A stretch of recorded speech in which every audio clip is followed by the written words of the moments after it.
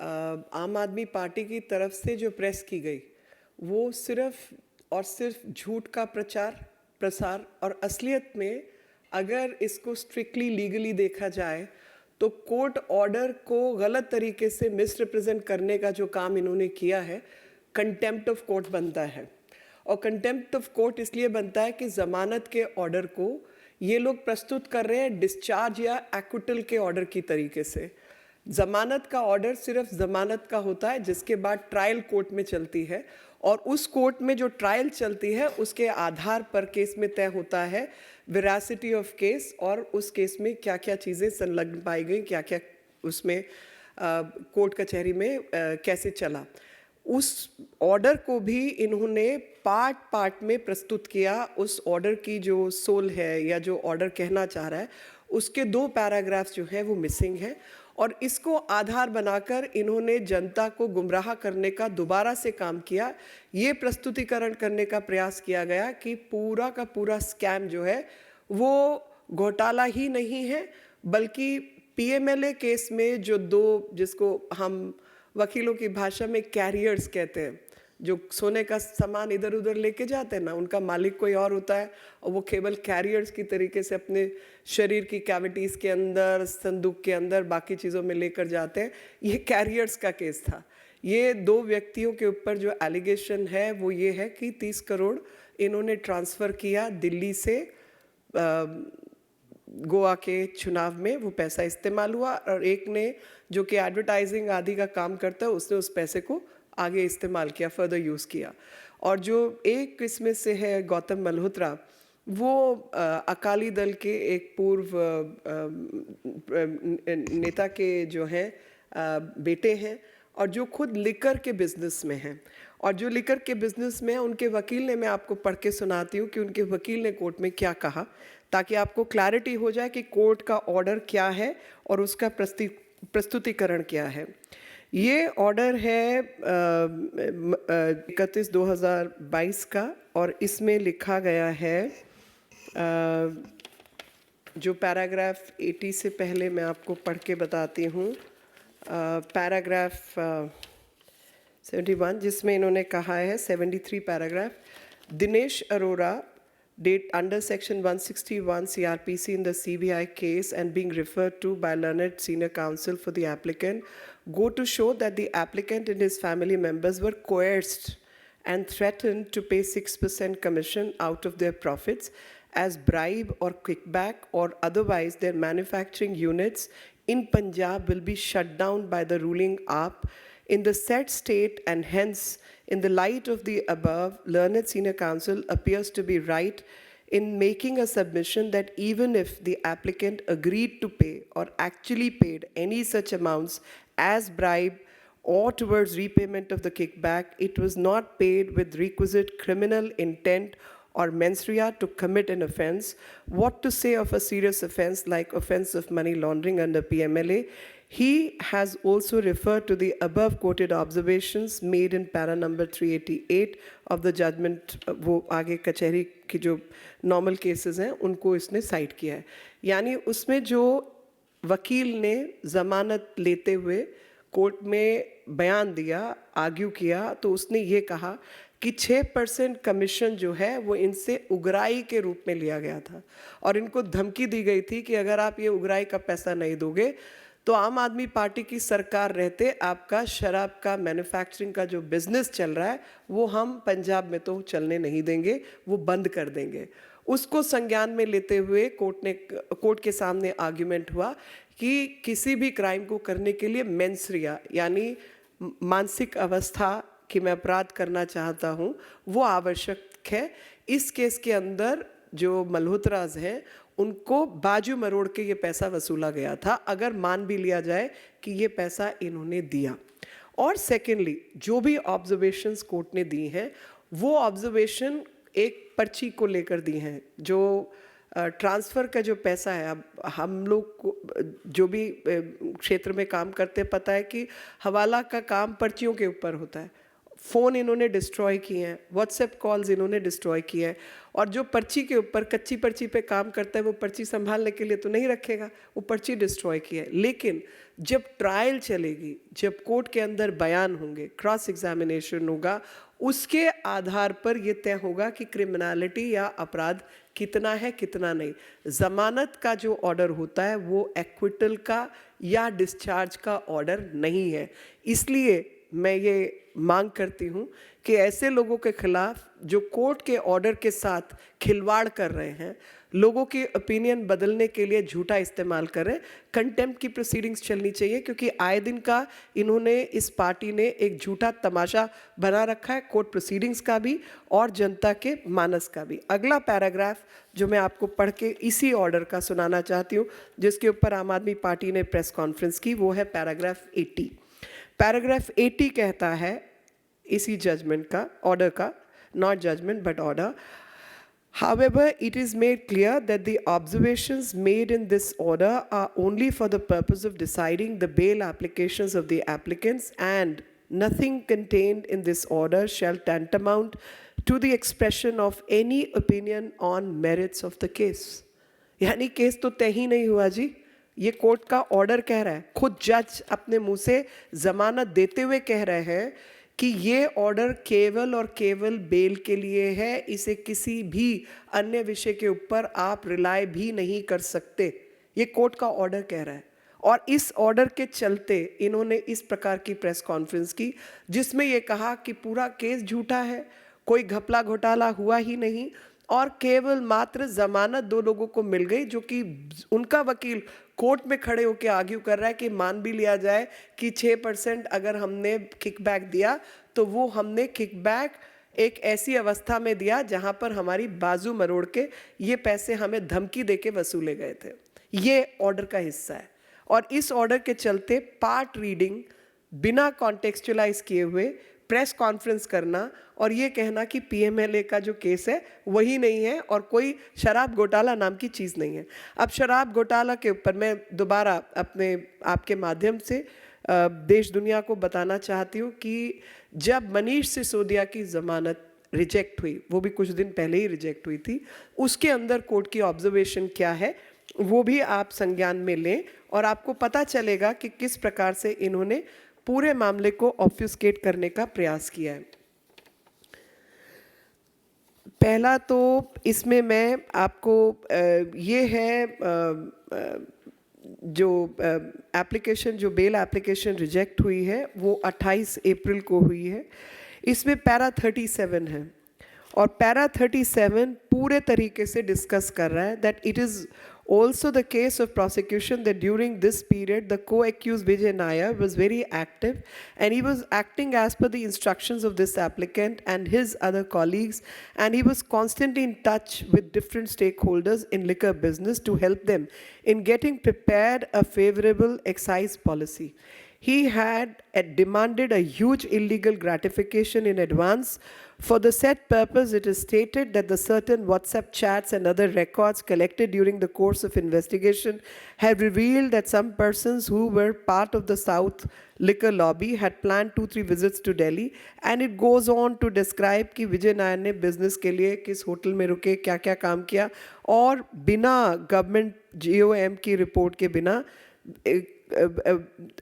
Vijay Nair had met them on 16th March 2021, and they had used the business center of the hotel for taking printout of some documents which allegedly consisted of 36 pages and is being claimed to be the draft of GOM report. Group of Ministers की report के जो 36 page हैं उसका printout लिया गया.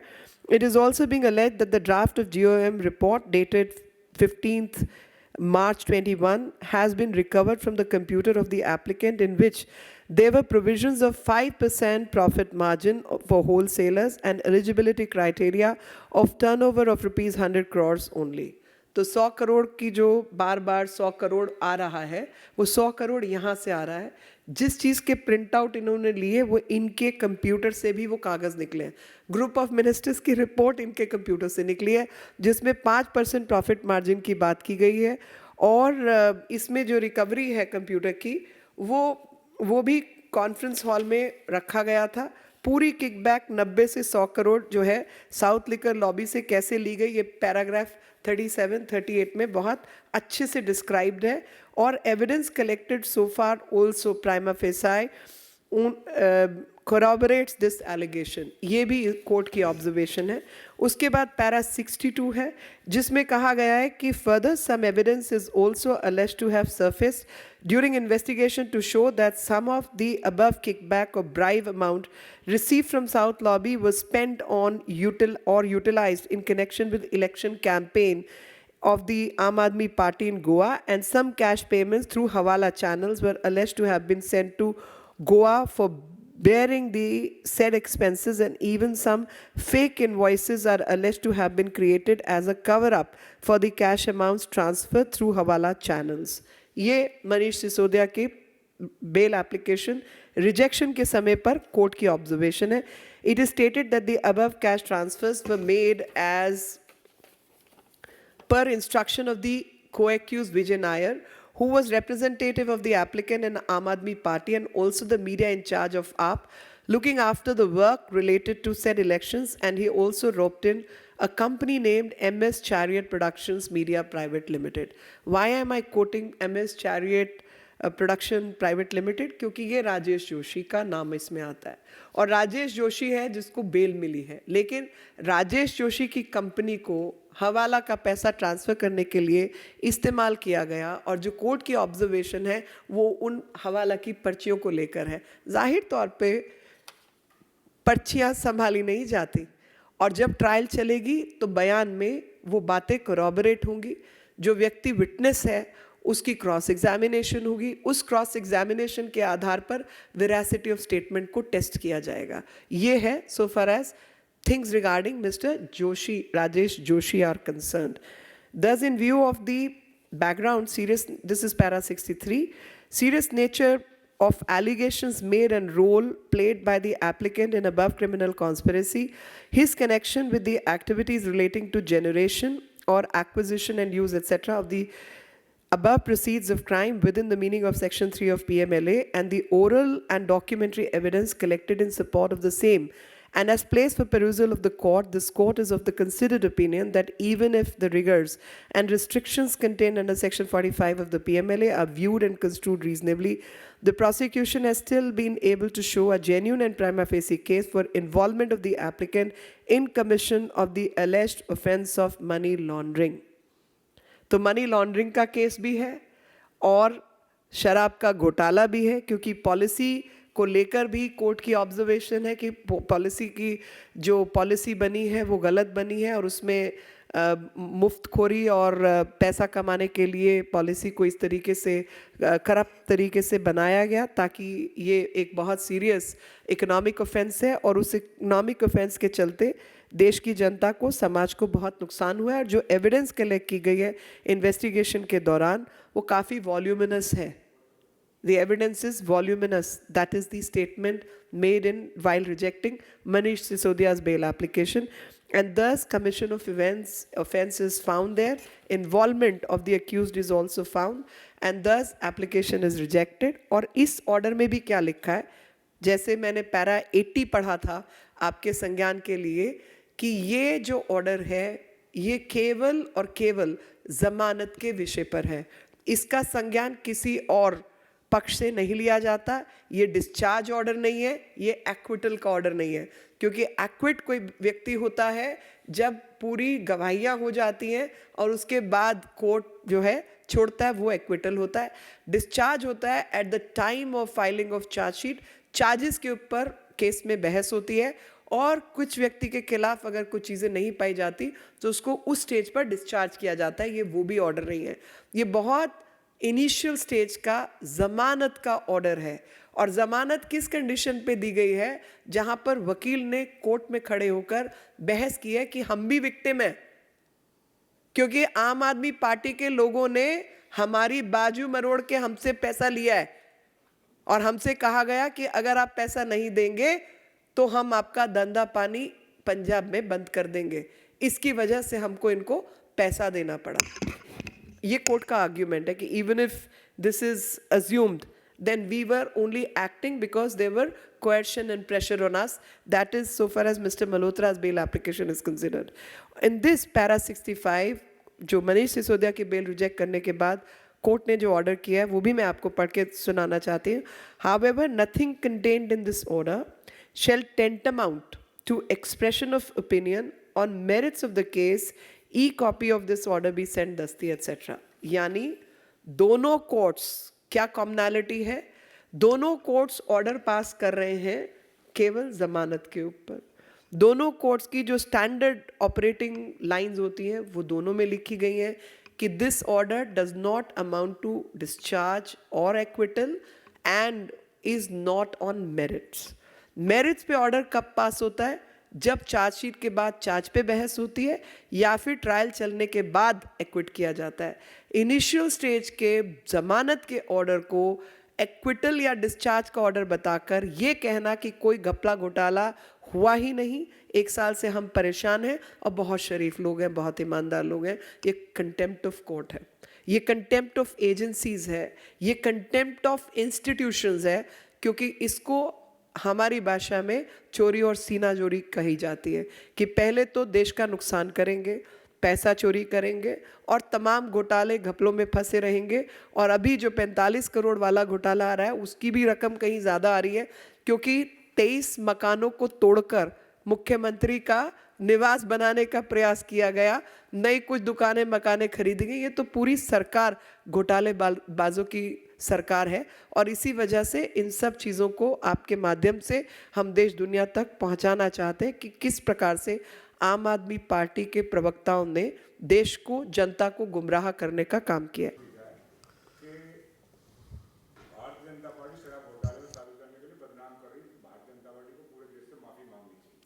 माफ़ी तो इन्हें कोर्ट से भी मांगनी चाहिए. मैं प्रेस रिलीज़ को तो लगा के अगर मेरे हाथ, मतलब मैं तो खैर कोर्ट जा नहीं सकती अभी, लेकिन मुझे लगता है कि जो भी लोग इसमें होंगे वो एजेंसी बात पे निर्णय ज़रूर लेंगे कि ये प्रेस रिलीज़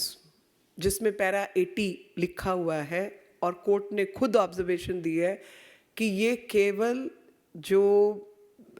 ऑर्डर है, जो जजमेंट है, जो ऑर्डर है, जजमेंट भी नहीं है एक्चुअली, ये ऑर्डर केवल और केवल ज़मानत के लिए इस्तेमाल होगा, ये मेरिट्स के ऊपर ऑर्डर ही नहीं है, ऐसा जज ने कहा है. ऐसे में इन्हें कोर्ट से, देश से, बीजेपी से सबसे माफ़ी ही नहीं मांगनी चाहिए, बल्कि घपले घोटाले में जो माल मुद्रा कमाई है वो देश को वापस करनी चाहिए. और साथ में जो ये कह रहे हैं कि सबसे ईमानदार पार्टी है, कोर्ट की ऑब्जर्वेशन है कि ब्रेन बिहाइंड जिसने ये घोटाला किया है वो मनीष सिसोदिया है, वो भी लिखा है. उन्होंने ये भी लिखा है कि लगातार इन्होंने किस किस प्रकार से घपले घोटाले किए और उसमें जो गवाहियाँ हैं, जो लोगों की गवाही है वो भी शामिल है. इस ऑर्डर के अंदर ये भी शामिल है कि कैसे इन्होंने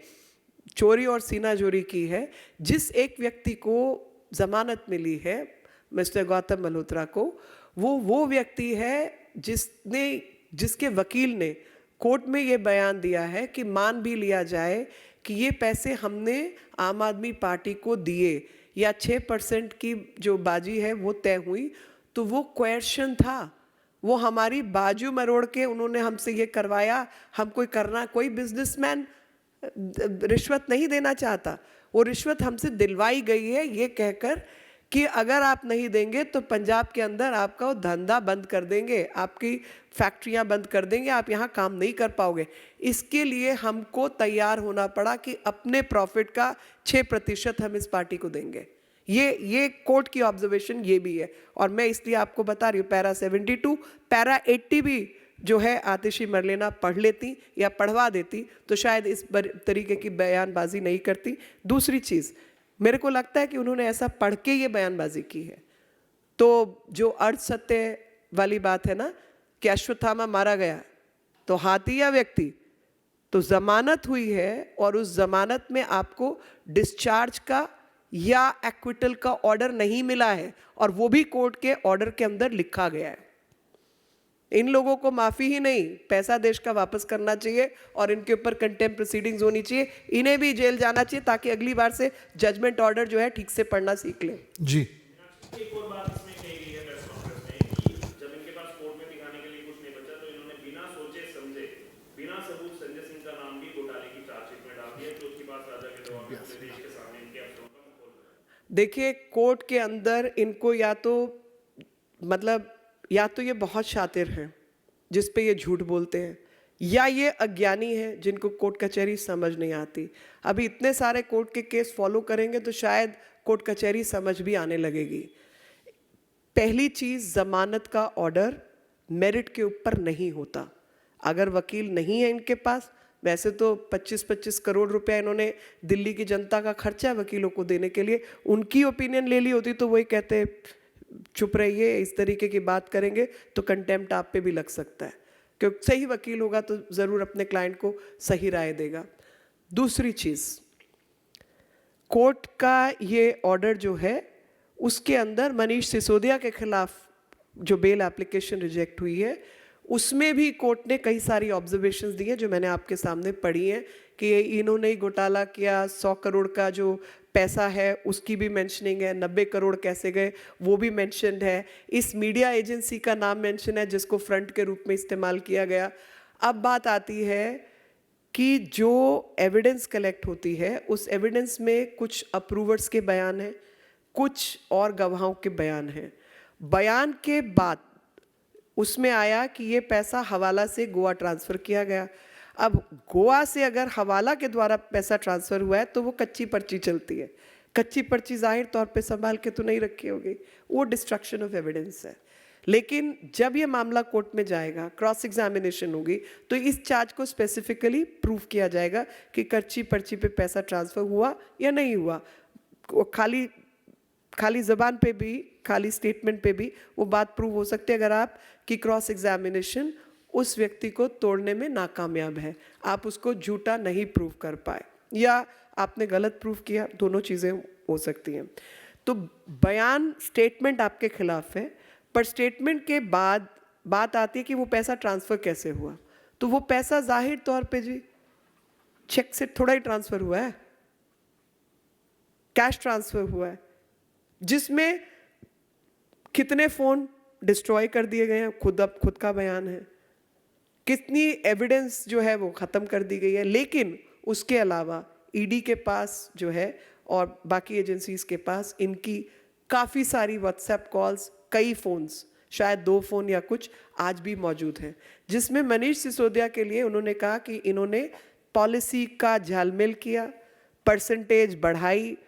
लोगों से पैसा इकट्ठा किया, 100 करोड़ ट्रांसफ़र किए, ये सब भी उसका हिस्सा है। तो एक चीज़ को आप आइसोलेटेड तरीके से नहीं देख सकते, और मुझे इसलिए लगता है कि ये जो धोखा देने की आदत है वो इतनी अंदर तक चली गई है। ऐसा हो सकता है कि आप पूरा जजमेंट पढ़ें, आप पैरा 60 पढ़ें, 62 पढ़ें और पैरा 80 ना पढ़ें। पैरा 80 भी पढ़ा ही होगा ना, और पैरा 80 में लिखा है कि ये केवल ज़मानत के ऊपर ऑर्डर है, मेरिट के ऊपर ऑर्डर नहीं है, ये डिस्चार्ज का ऑर्डर नहीं है, ये एक्विटल का ऑर्डर नहीं है। उसके बाद इस तरीके से जनता के बीच जाके झूठ बोलने का काम कर रहे हैं। और ये झूठ अगर बोला जा रहा है तो स्पष्ट है कि ये झूठ किसी के कहने पर और खुद से सच को छुपाने के लिए जो बोला जा रहा है, कोर्ट के ऑर्डर को मिसरिप्रेजेंट किया जा रहा है, कंटेम्प्ट ऑफ कोर्ट सीधा बनता है जी, ताकि अगली बार से आखिरी पेज तक पढ़ना सीख ले।